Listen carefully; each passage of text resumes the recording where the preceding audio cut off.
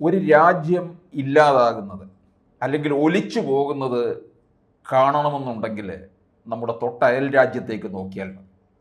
അത്ര ദയനീയമായി തീർന്നിരിക്കുകയാണ് പാകിസ്ഥാൻ്റെ സ്ഥിതി. അവരവർ തന്നെ ഉണ്ടാക്കിയെടുത്ത ഒന്നാണത്. വാളെടുത്തവൻ വാളാൽ എന്ന് പറയുന്നത് അക്ഷരാർത്ഥത്തിൽ ശരിയാകുന്നത് പാകിസ്ഥാൻ്റെ കാര്യത്തിൽ തന്നെയാണ്. എന്തുപറ്റി? ഇപ്പം വിലക്കയറ്റം അതിരൂക്ഷമായിരിക്കുന്നു.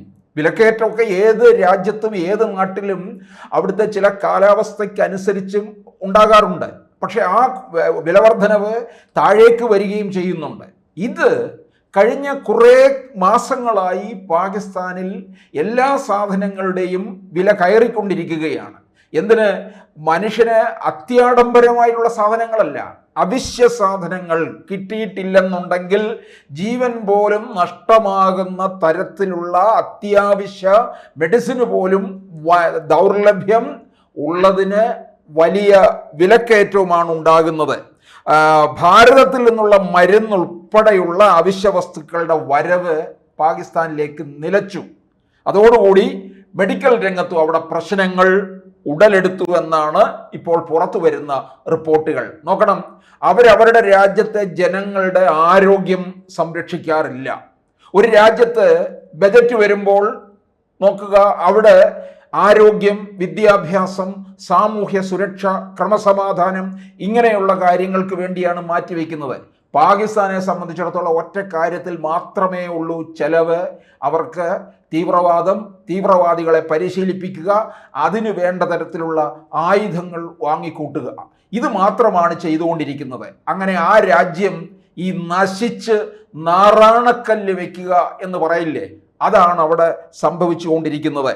പാകിസ്ഥാനിൽ 1 കിലോ പഞ്ചസാരയ്ക്ക് 180 രൂപയാണ്. അതുപോലെ 1 കിലോ നെയ്യ് വാങ്ങുന്നതിന് 3000 രൂപയും നൽകണം. 1 കിലോ കോഴി ഇറച്ചിക്ക് ഒരു മാസം മുമ്പ് ഇസ്ലാമാബാദിലെ വില 1000 രൂപ മുതൽ 1200 രൂപ വരെയാണ്. അങ്ങനെ ഇപ്പോൾ ഈ ഒരു യുദ്ധസമാനമായ സാഹചര്യം വന്നു കഴിഞ്ഞപ്പോൾ ഇത് വീണ്ടും ഉയർന്നു എന്നുള്ളതാണ്. അതുപോലെ 1 കിലോ ചെറുനാരങ്ങയ്ക്ക് 1000 രൂപയ്ക്കടുത്ത് വരും. അതേസമയം ഭാരതവുമായുള്ള സംഘർഷം കനക്കുന്നതിനിടെയാണ് പാകിസ്ഥാന്റെ തലസ്ഥാനമായ ഇസ്ലാമാബാദിൽ പെട്രോൾ പമ്പുകൾ മുഴുവൻ അടച്ചിട്ടു.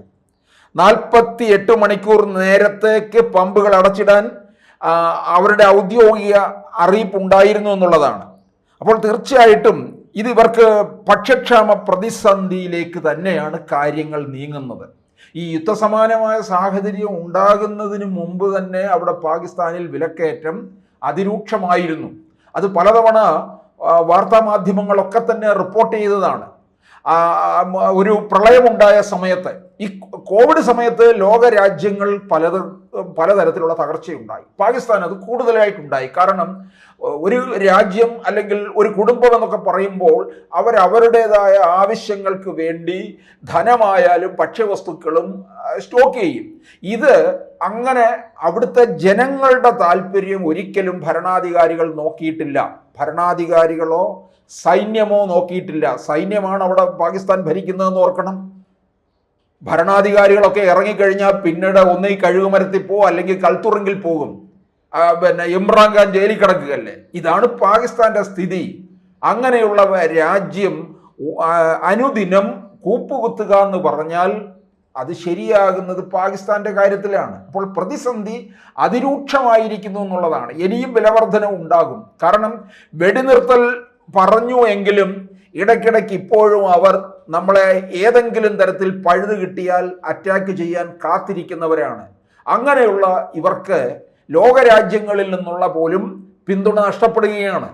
ഈ യുദ്ധസമാനമായ ഒരു സാഹചര്യത്തിലേക്ക് കടക്കുന്നതിന് തൊട്ട് പിന്നാലെയാണ് ഈ അവിടുത്തെ ഒരു MP പാർലമെന്റിൽ കരഞ്ഞ് വിളിച്ചു പറയുകയാണ് നമ്മുടെ രാജ്യത്തെ രക്ഷിക്കാൻ അള്ളാഹുവിന് മാത്രമേ കഴിയൂ എന്ന്. ആ വീഡിയോ വളരെ വൈറലാവുകയും ചെയ്തു.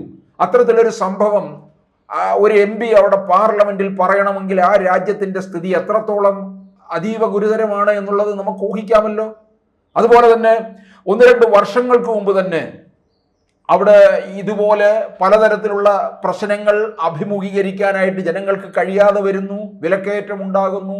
അവിടെ ചെറുപ്പക്കാർ ഈ സമൂഹ മാധ്യമത്തിൽ ഒരു പോസ്റ്റ് ഇടുകയുണ്ടായി. അതായത് ഞങ്ങളുടെ തൊട്ടയൽ രാജ്യമായ ഇന്ത്യയുടെ പ്രധാനമന്ത്രി നരേന്ദ്രമോദിജി ഞങ്ങളെ രക്ഷിക്കൂ, ഈ രാജ്യം തകർന്നടിഞ്ഞുകൊണ്ടിരിക്കുകയാണ്, ഇവിടെ ഭക്ഷ്യക്ഷാമമാണ്, വിലക്കയറ്റമാണ്, ഞങ്ങളുടെ രാജ്യത്തെ രക്ഷിക്കൂ, നിങ്ങൾ അനുദിനം വളർച്ചയിലേക്ക് മാറിക്കൊണ്ടിരിക്കുകയല്ലേ എന്ന് പറഞ്ഞുകൊണ്ട്.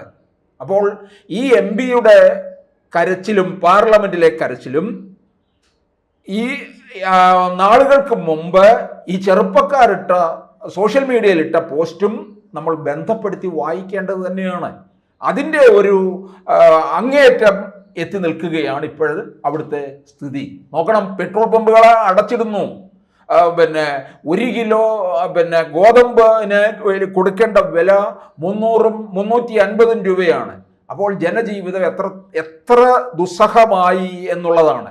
പക്ഷേ ഇപ്പോഴും തീവ്രവാദത്തിന് യാതൊരു കുഴപ്പമില്ല എന്നുള്ളതാണ്. ലോകത്ത് എവിടെ തീവ്രവാദ ആക്രമണം ഉണ്ടായാലും അതിനകത്ത് അതിൽ പാകിസ്ഥാൻ്റെ ഒരു വിരലടയാളം ഉണ്ടായിരിക്കും എന്നുള്ളതാണ്. അതാണ് ഇവർക്ക് ഉണ്ടാക്കിയിരിക്കുന്ന ഏറ്റവും വലിയ കുഴപ്പം. ലോകരാജ്യങ്ങളുടെ മുഴുവൻ എതിർപ്പോടുകൂടിയാണ് ഇപ്പോൾ പാകിസ്ഥാൻ നിലനിൽക്കുന്നത്. ഒന്ന്, ഈ രാജ്യം ഒറ്റപ്പെടും, അതിനോടൊപ്പം തന്നെ ഈ രാജ്യം അങ്ങ് ഇല്ലാതാകുന്ന കാഴ്ചയുമാണ്. ഒരുപക്ഷെ അവിടെ ഈ പറഞ്ഞതുപോലെ പാർലമെന്റിൽ കരഞ്ഞു വിളിച്ച MP-യെ പോലെ സാധാരണ ജനങ്ങളോടൊപ്പം നിൽക്കുന്ന കുറച്ചധികം പ്രതിനിധികൾ ഉണ്ടാകാം, ജീവിക്കണമെന്ന് താല്പര്യമുള്ള കുറച്ച് ജനങ്ങളുണ്ടാകാം, ഈ തീവ്രവാദത്തെയൊക്കെ എതിർക്കുന്ന.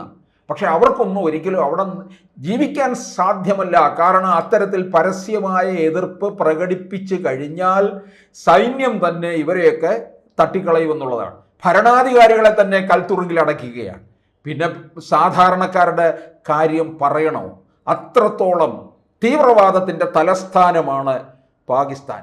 ആ രാജ്യം ഇല്ലാതാകുന്നു, നശിച്ചു കൊണ്ടിരിക്കുന്നു എന്നുള്ളതാണ്. തൊട്ട് അയൽ രാജ്യമായ നമ്മൾ ഇന്ത്യൻ ലോക സമ്പദ്ഘടനയിൽ ഇന്ത്യ 4ാമത് എത്തിച്ചേരാൻ പോവുകയാണ്. അതിൻ്റെ കണക്കും പുറത്തു വന്നിരിക്കുകയാണ്. ഇതൊക്കെ വലിയ ഞെട്ടലോടുകൂടി അസഹിഷ്ണുതയോടുകൂടിയാണ് ഇവർ ഇത് കാണുകയും കേൾക്കുകയും ചെയ്യുന്നത്. കാശ്മീർ ഏത് തരത്തിൽ മാറി? ആ മാറ്റം ആരാണ് കൊണ്ടുവന്നത്? ഒരു വർഷം 2 കോടിയിലധികം ടൂറിസ്റ്റുകൾ ലോകത്തിൻ്റെ വിവിധ ഭാഗങ്ങളിൽ നിന്ന് കശ്മീരിലെത്തുന്നു. കശ്മീരിലെ ജനങ്ങൾ ഒരു വളരെ സുഖകരമായ ജീവിതത്തിലൂടെ മുമ്പോട്ട് പോകുന്നു. ഇതൊക്കെ തന്നെ തകർത്ത് തരിപ്പണമാക്കി കശ്മീരിനെ അവരുടെ അധീനതയിലേക്ക് മാറ്റാനുള്ള ഒരു ശ്രമത്തിൻ്റെ ഭാഗമായിരുന്നല്ലോ ഈ ഭീകരാക്രമണം. അപ്പം ഇവിടെ ഒരു മൊത്തത്തിലൊരു അസ്വസ്ഥത ഉണ്ടാക്കുക, ഇവിടെ കലാപം സൃഷ്ടിക്കുക, ഇതൊക്കെയായിരുന്നു പാകിസ്ഥാൻ്റെ നീക്കം. ആ നീക്കം ഇന്ത്യ വളരെ മിനിറ്റുകൾ കൊണ്ട് തന്നെ അടിച്ചു തീർത്തു എന്നുള്ളതാണ്. അപ്പോൾ ഇതിൻ്റെ അങ്ങനെ ഇന്ത്യയെ ഇത്രയും സമയത്തിനകം അടിച്ചു തീർത്തു കഴിഞ്ഞപ്പോൾ ഇന്ത്യയെ നേരിടാനായിട്ടുള്ള ഒരു ശ്രമം പാകിസ്ഥാൻ നടത്തി. ആ 2 ദിവസത്തെ അവരുടെ ആ ഒരു ശ്രമത്തിലൂടെ തന്നെ കോടികളാണ് അവർക്ക് നഷ്ടമായതെന്ന് ഓർക്കണം. ആ കോടികൾ നഷ്ടമായിരിക്കുന്നത് ഒന്ന് ആലോചിച്ച് നോക്ക്. കൂനിന്മേൽ കുരു എന്ന പോലെ ആയി തീർന്നിരിക്കുകയാണ്. അതായത് ഭക്ഷ്യക്ഷാമവും വിലക്കയറ്റവും കൊണ്ട് ജനജീവിതം ദുസ്സഹമായിരിക്കുമ്പോൾ ഈ 2-3 ദിവസത്തെ യുദ്ധസമാനമായ സാഹചര്യത്തിൽ ചെലവഴിച്ച തുകയും ഇവർക്ക് താങ്ങാൻ കഴിയുന്നതിൽ അപ്പുറമായി തീർന്നു. രാജ്യം കേണപേക്ഷിക്കുകയാണ് ലോകത്തോടെ തന്നെ, ഞങ്ങളെ ഒന്നുകിൽ കൊല്ലൂ അല്ലെങ്കിൽ രക്ഷിക്കൂ എന്ന്.